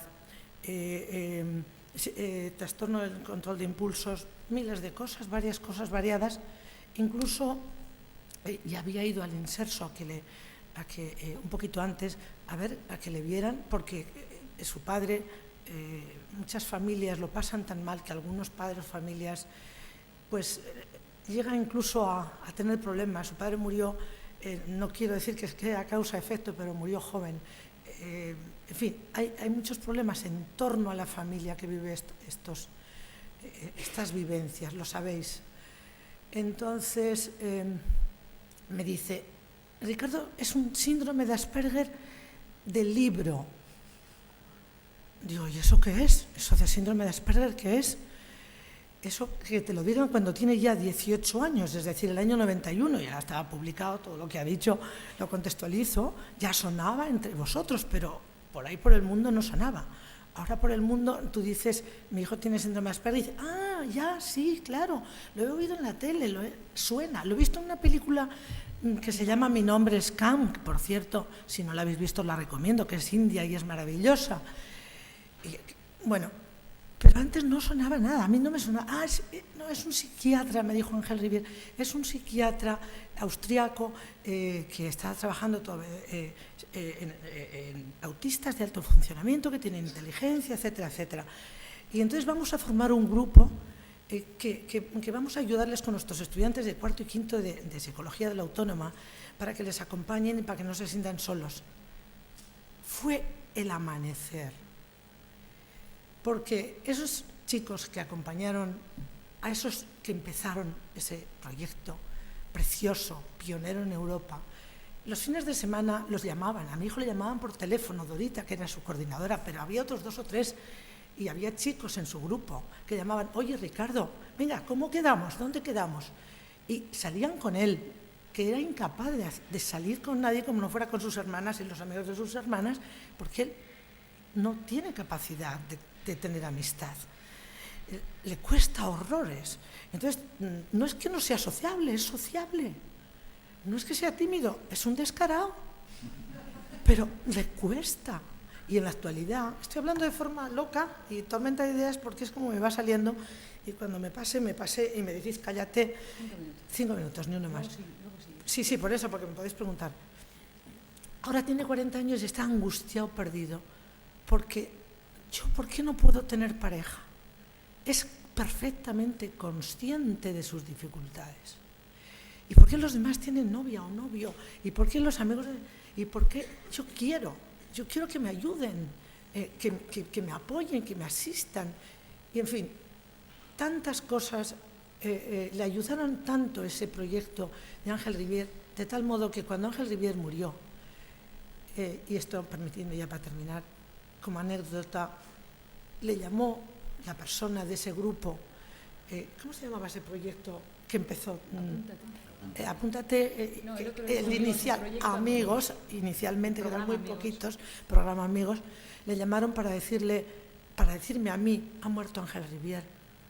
Digo, anda, ¿y ahora cómo se lo digo a Ricardo? Porque tenía una relación personal, porque íbamos a su casa los 3 o 4 familias y nos reuníamos con él y analizábamos y veíamos qué les pasaba a esos chicos. Y entonces me las vi y me las maravillé para decirle que se había muerto y me dice, no, porque hacía 4 años había muerto su padre. Ya está bien, por segunda vez quedarme huérfano, no es justo. Y empezó a llorar, que no llora casi nunca. Luego, en el tanatorio, pues no fue a la misa con todos los compañeros, me lo contó su viuda, se quedó con Ángel allí cuando nosotros estábamos en la iglesia, o la misa, o la capilla, y cuando volvió le dice Inés, ¿cómo no has venido con nosotros? No quería dejar solo aquí a Ángel. Adoraba a Ángel, pero es que todas las personas que os habéis formado con él, verdaderamente tenéis un mérito, y por eso ahora en la actualidad los adultos que existen y que tienen unos problemas y una esperanza, porque aprenden tantas cosas, con tanto esfuerzo hemos sido capaces de que aprendan tantas cosas. A mí cuando Ángel Rivière me dijo, de verdad, no puedes hacer más de lo que has hecho. Digo, porque yo ya entonces estaba sola, su padre había muerto. No puedes hacer más de lo que has hecho. Habían movido Roma con Santiago y aprenden tantas cosas y hay tanta esperanza, pero necesitamos tanto del apoyo social, porque de verdad que son transparentes. Hasta hace poco nadie los conocía. Aquí sí, pero fuera en la sociedad no. Entonces hemos fundado hace 2 años la Fundación Ángel Rivière para el síndrome de Asperger, que estamos sobre todo trabajando con adultos. Y hay mucha esperanza porque hay un convenio con el Centro de Psicología Aplicada de vuestra facultad, que en este tema, repito, insisto, consideramos todos nosotros que es pionera y que tiene un gran mérito, y tenemos mucha esperanza cifrada en este trabajo de personas que van a ayudar a la asistencia para su independencia. Estaría horas con vosotros, pero perdonadme, gracias.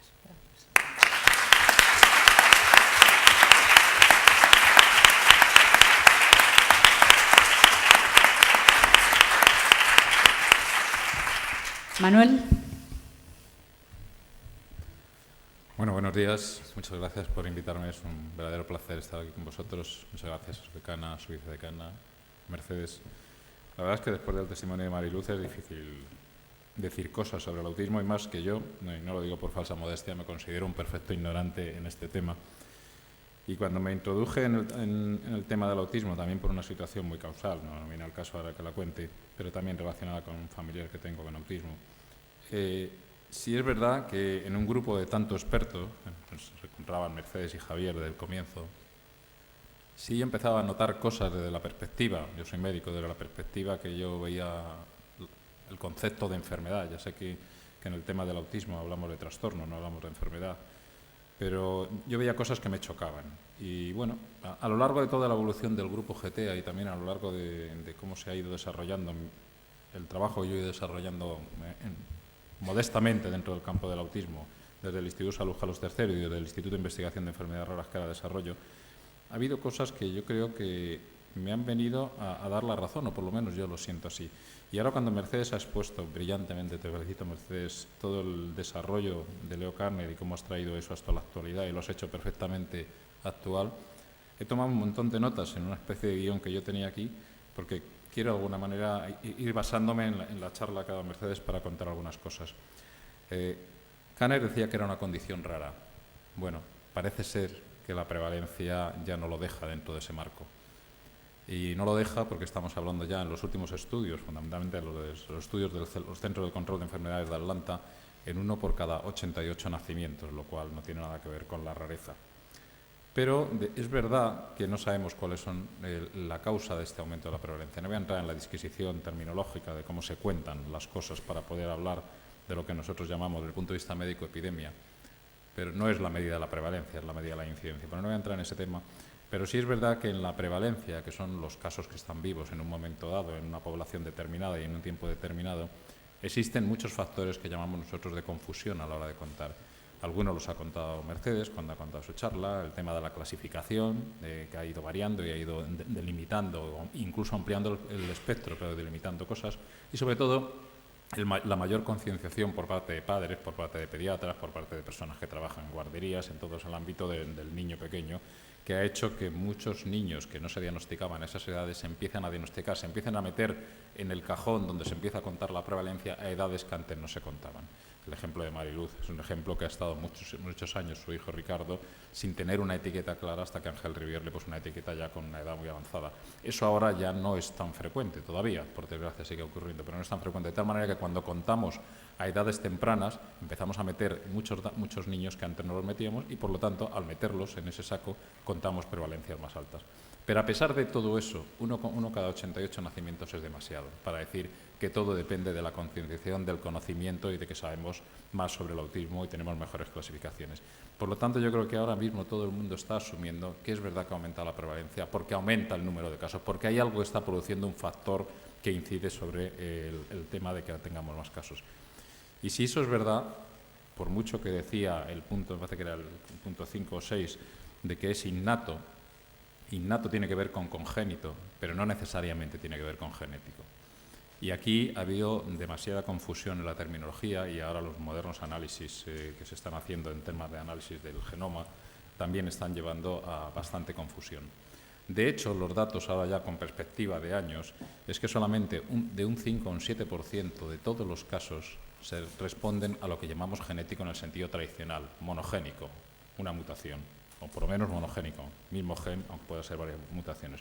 Luego está otra cosa que llaman CNVs, en inglés Copy Number Variation, que puede dar una cuenta de un 7 o 10%. Son repeticiones en el ADN en diferentes espacios que no son exactamente mutaciones, son repeticiones que todos tenemos, pero que se asocian a muchas enfermedades de origen neurológico.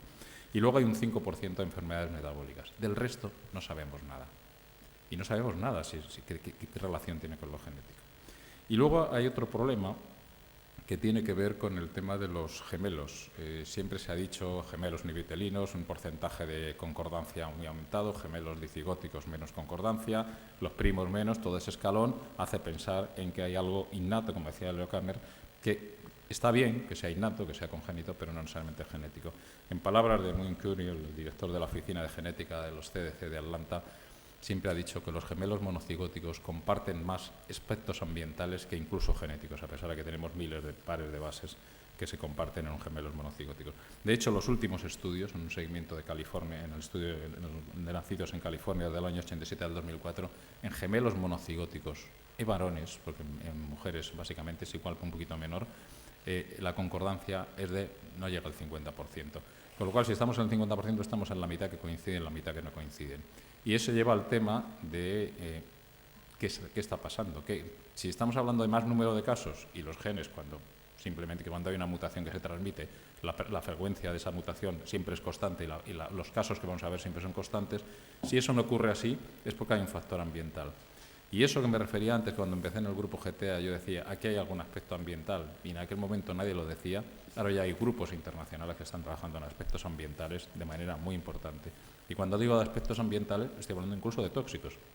Ayer mismo, mientras me cruzaba correos electrónicos con Mercedes, hablando un poco de cuál podía ser el guión, de lo que yo podía decir aquí, estaban hablando en la televisión, hablando del bisfenol A, está el astetín. Yo he visto presentar el año pasado en una reunión de autismo entre investigadores básicos a una investigadora de California muy importante, presentar efectos del bisfenol A en función de cambios epigenéticos y cambia completamente. Dependiendo de la carga genética que uno tenga, estar expuesto a bisfenol A es completamente diferente a no estar expuesto a bisfenol A. Y eso puede dar trastornos de conducta muy importantes que van marcados como hoy en día se conocen las cosas, que no son puramente genéticos ni puramente ambientales, sino que son interacción gen-ambiente, incluso con algunos factores que se llaman epigenéticos, que no es exactamente ambiental. Dentro de los factores ambientales a mí me gustaría destacar dos cosas, que tiene que ver con otra de las cosas que Mercedes apuntaba de Leo Kanner, es los padres, la relación con los padres. Leo Kanner hizo una observación fantástica, que yo creo que todavía nos llega aquí, no tiene nada que ver con los padres congeladores o congelados, sino tiene que ver con que es verdad que hay ese fenotipo ampliado que decía antes, al final Mercedes, y eso puede tener que ver con la genética. Pero donde se están encontrando ahora más hallazgos en esa relación es en la edad parental. La edad parental es un factor de riesgo para tener un hijo con autismo.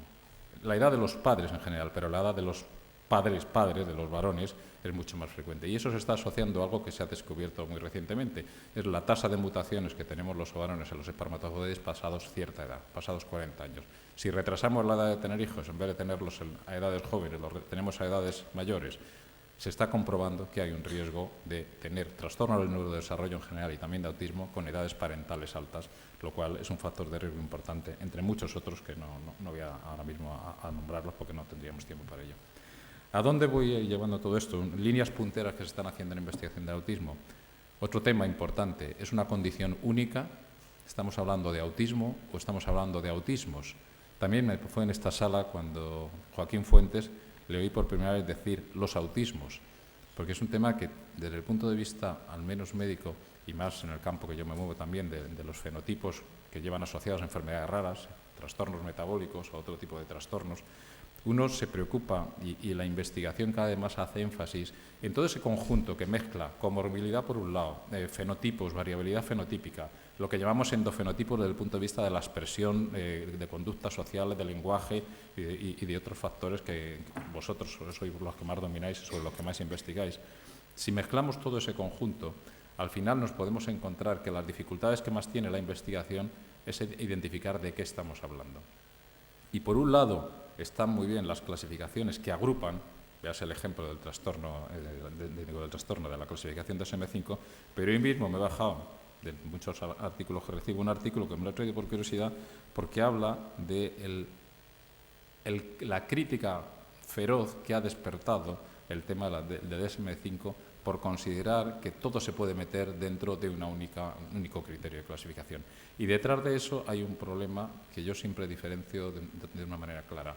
Desde el punto de vista de la intervención, creo que es bueno el DSM-5. Desde el punto de vista de la investigación causal, yo creo que es perjudicial el DSM-5. Porque necesitamos justamente hacer todo lo contrario para la investigación. Es que tener grupos muy bien diferenciados, con fenotipos muy bien diferenciados, con comorbilidades muy bien diferenciadas. Porque es ahí donde vamos a poder encontrar diferentes causas, poder llegar a tratamientos y poder llegar a prevención. Y básicamente la última cuestión que me decía Mercedes que hablara es ¿por dónde va la investigación en España en estos momentos? Bueno, no la conozco al completo, por supuesto, tengo una imagen de lo que se puede estar haciendo, aparte de la que hacéis vosotros mismos en psicología básica, que tiene que ver con todas las manifestaciones que tienen estas personas. Desde el punto de vista genético, pues hay muchos genetistas en España, muchas unidades de genética que están haciendo investigación en genética. Hay otras personas, entre las que nos encontramos nosotros con Ricardo Canal, que hemos trabajado mucho en el tema de la detección temprana, ahora mismo en el marco de un proyecto europeo COS. Y luego hay también gente también muy buena que está haciendo trabajos en cuanto a la calidad diagnóstica e incluso también en la enseñanza de cómo diagnosticar mejor a estas personas y a diagnosticarlas precozmente. Básicamente es eso, seguramente hay muchos más grupos en el campo de la intervención. Javier Tamarí os va a hablar mucho más de lo que se está haciendo y de las cosas que son positivas o no. Pero yo creo que en general, Leo Kanner, me ha gustado mucho la intervención de Mercedes en el sentido de que nos ha proporcionado un conocimiento, que es conocimiento que probablemente es absolutamente es actual, pero que nos permite ver la mentalidad de una persona, de un psiquiatra infantil, cómo ha ido evolucionando ese concepto a lo largo de los años y cómo ahora la investigación, digamos, más básica, que se pregunta por las causas, que se pregunta por todos los fundamentos y por qué pasan las cosas y dónde está la lesión biológica. No vamos a hablar de ese tema ahora mismo porque no está localizada y no vamos a hablar aquí de partes del cerebro que pueden estar implicadas porque hay muchas teorías, pero toda esa función y todo ese conjunto yo creo que ahora mismo es el gran reto que tiene la investigación en autismo, en donde están grupos multidisciplinares, recientemente con un proyecto de Innovative Medicine de la Unión Europea con una inversión de 20 y tantos millones de euros, donde están trabajando ferozmente por buscar lo que ellos llaman tratamientos. Bueno, ya veremos a ver si encuentran tratamientos en el sentido clásico de la pastilla o se quedan simplemente en el conocimiento de fisiopatología o en otro conocimiento mucho más biológico y punto, y no hacen ninguna otra cosa más. Yo creo que eso es lo que tenía que decir. Muchas gracias.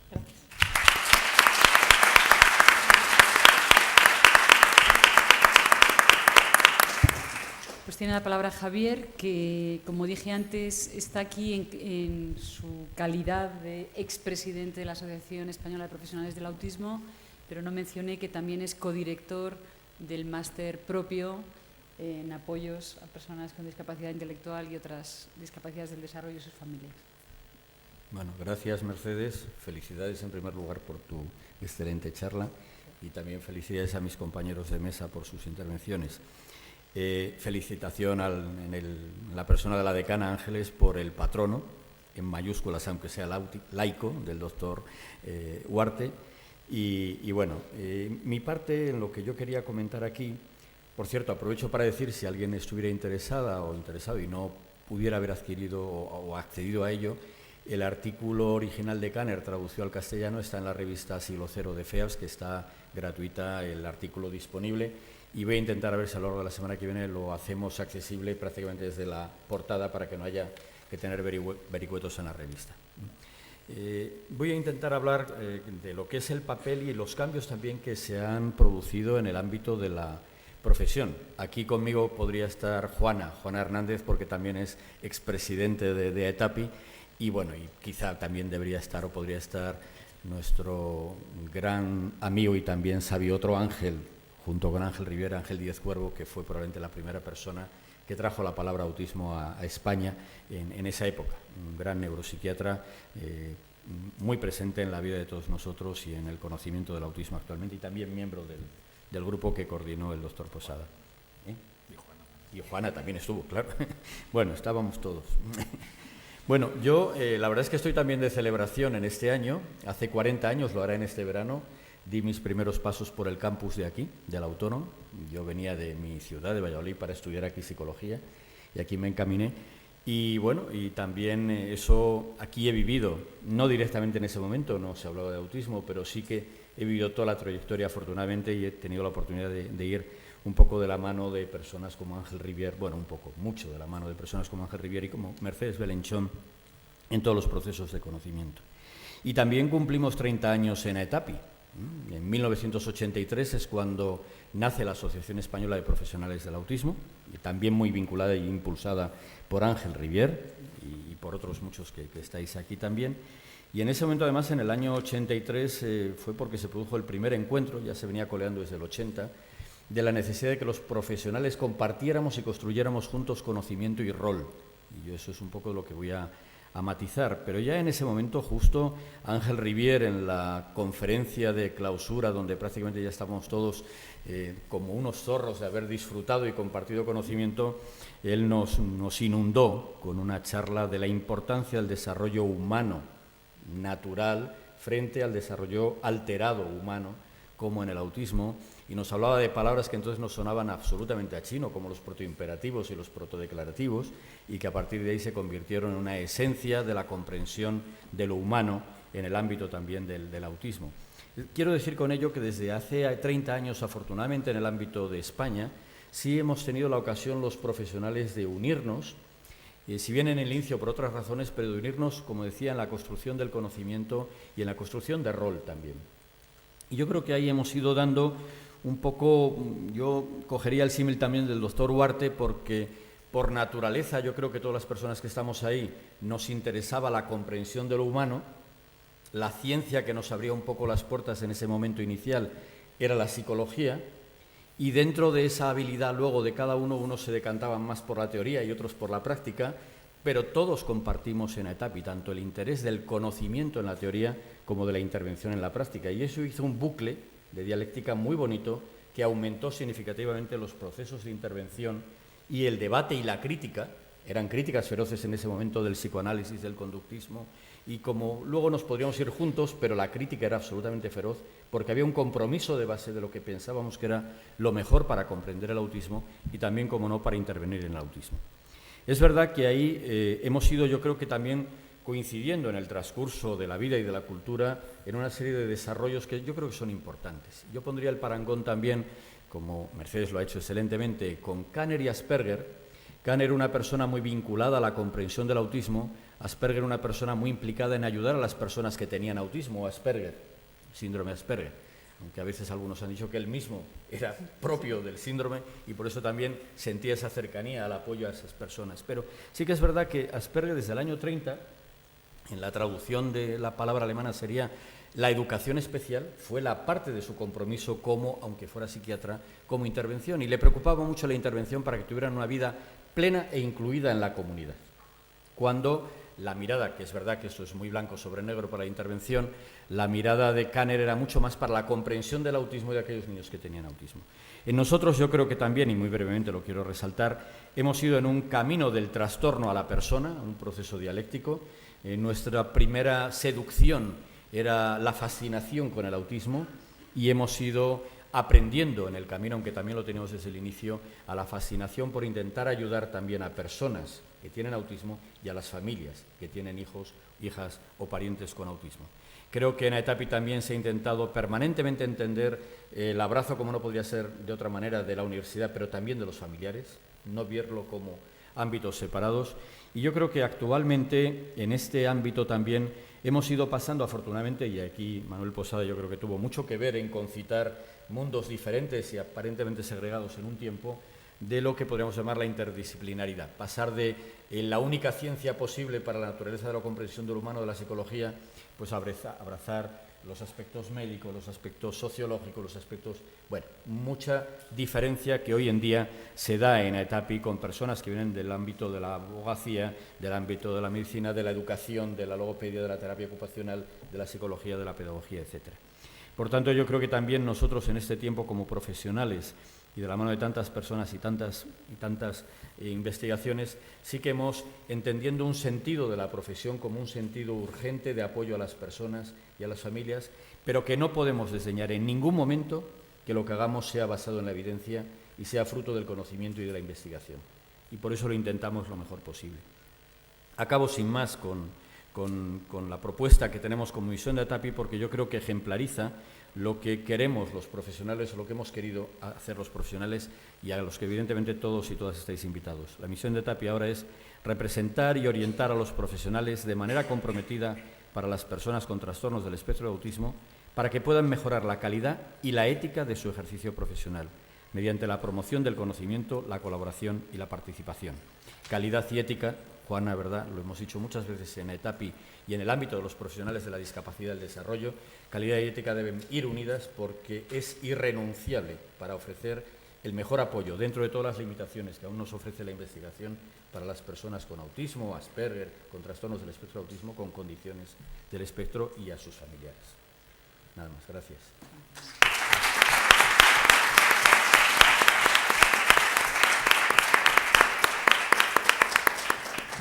Bueno, yo quería solamente añadir el compromiso de AETAPI con el conocimiento y la profesión se han volcado desde el año 2000, apenas 6 meses después de que falleciera Ángel Rivier, en el primer congreso que tuvimos de AETAPI, en la creación de un premio bianual de apoyo a la innovación y a la investigación en autismo en España, donde están invitados todos los socios y todas las personas que tienen propuestas de atención y de investigación que puedan considerar que pueden ser relevantes para todo el colectivo.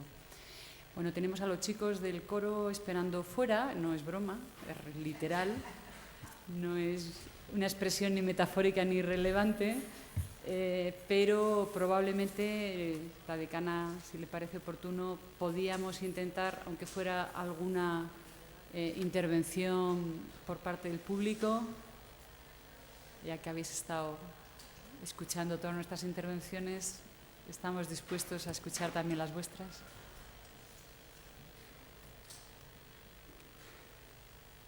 Bueno, la falta de glucosa hace estragos, pero hay una pregunta, sí.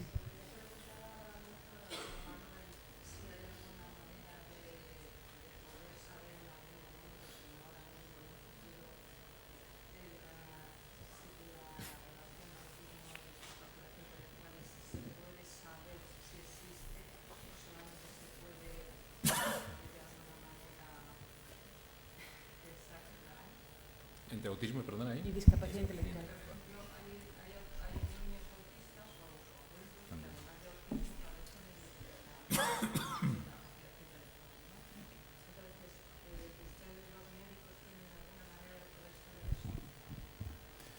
Básicamente ahora, por donde van las investigaciones en ese punto, cuando yo decía separar en grupos, fenotipos, endofenotipos, como lo queramos decir, Básicamente lo que se está trabajando mucho es en base al análisis de lo que se llama el exoma y de redes que tienen que ver no solamente con el exoma, sino también con receptores celulares, etcétera.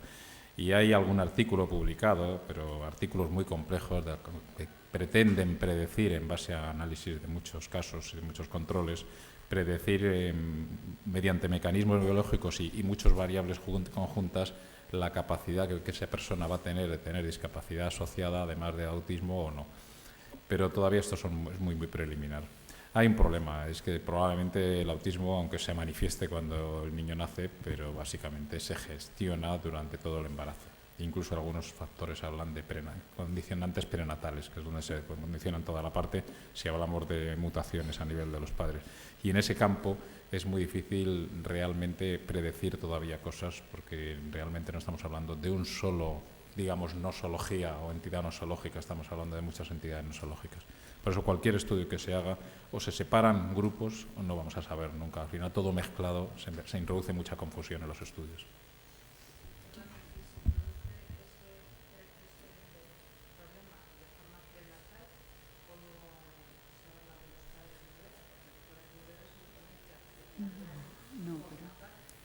Pero eso es antiguo, lo de los padres Nevera, eso está olvidado ya. En teoría, eso está olvidado ya. Ya se han descongelado. Algunos bastante. Algunos bastante. No, yo solamente añadir respecto a esta cuestión que es muy importante, porque hasta no hace mucho la estimación de porcentaje de personas con autismo que además tenían discapacidad intelectual la estimábamos o estaba estimada en aproximadamente el 75%. Esto en realidad es un sesgo de selección, porque esto en realidad lo que reflejaba es que las únicas personas que conocíamos con autismo tenían también discapacidad intelectual y además tenían las formas más graves de autismo, por eso fueron las que se conocieron, se identificaron y fueron atendidas antes, ¿no? A partir de algunos hitos importantes de cambio en las denominaciones y de la introducción en el mundillo, digamos, ¿no?, científico del término síndrome de Asperger, hoy nadie se atrevería a decir que hay un 75% de personas con autismo y también retraso mental. Es más, probablemente, si esto sigue así, yo no sé hasta qué punto, Manuel seguramente podría corregirme, probablemente acaben hasta invirtiéndose, diríamos, las proporciones, ¿no? Es decir, que hay una proporción ya muy grande de personas con, llamaríamos, altas capacidades, que no debemos confundir con personas con sobredotación, simplemente personas sin discapacidad intelectual asociada. De hecho, el mayor hallazgo de causas genéticas está en el grupo de discapacidad intelectual, porque hay un grupo de genetistas que están trabajando en el retraso mental de origen genético en varones, fundamentalmente, y ahí es donde más genes se encuentran, donde más alteraciones genéticas se encuentran, y eso se van a ir separando. Igual que se separa el síndrome de Rett, pues se van a ir separando síndromes de ese estilo en el futuro. Y a lo mejor nos quedamos con lo que describió Kanner, ¿no? Y a lo mejor empieza a ser raro ese tipo de descripción. Bueno, pues la decana tiene la palabra.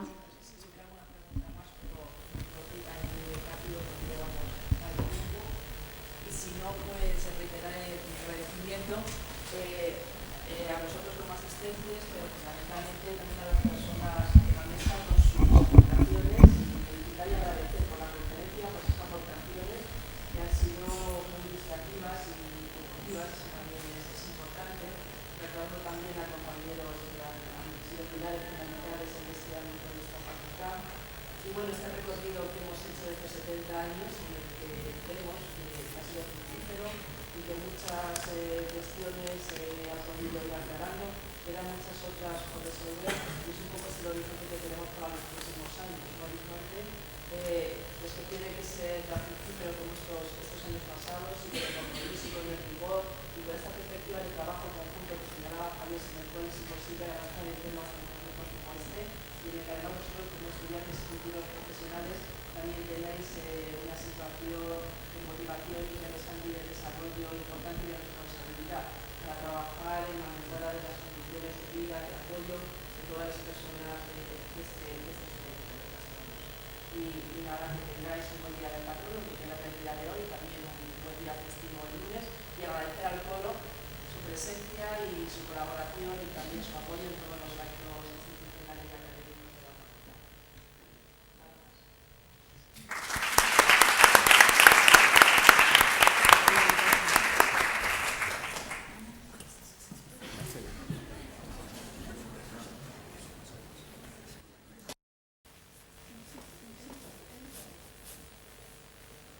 Gracias.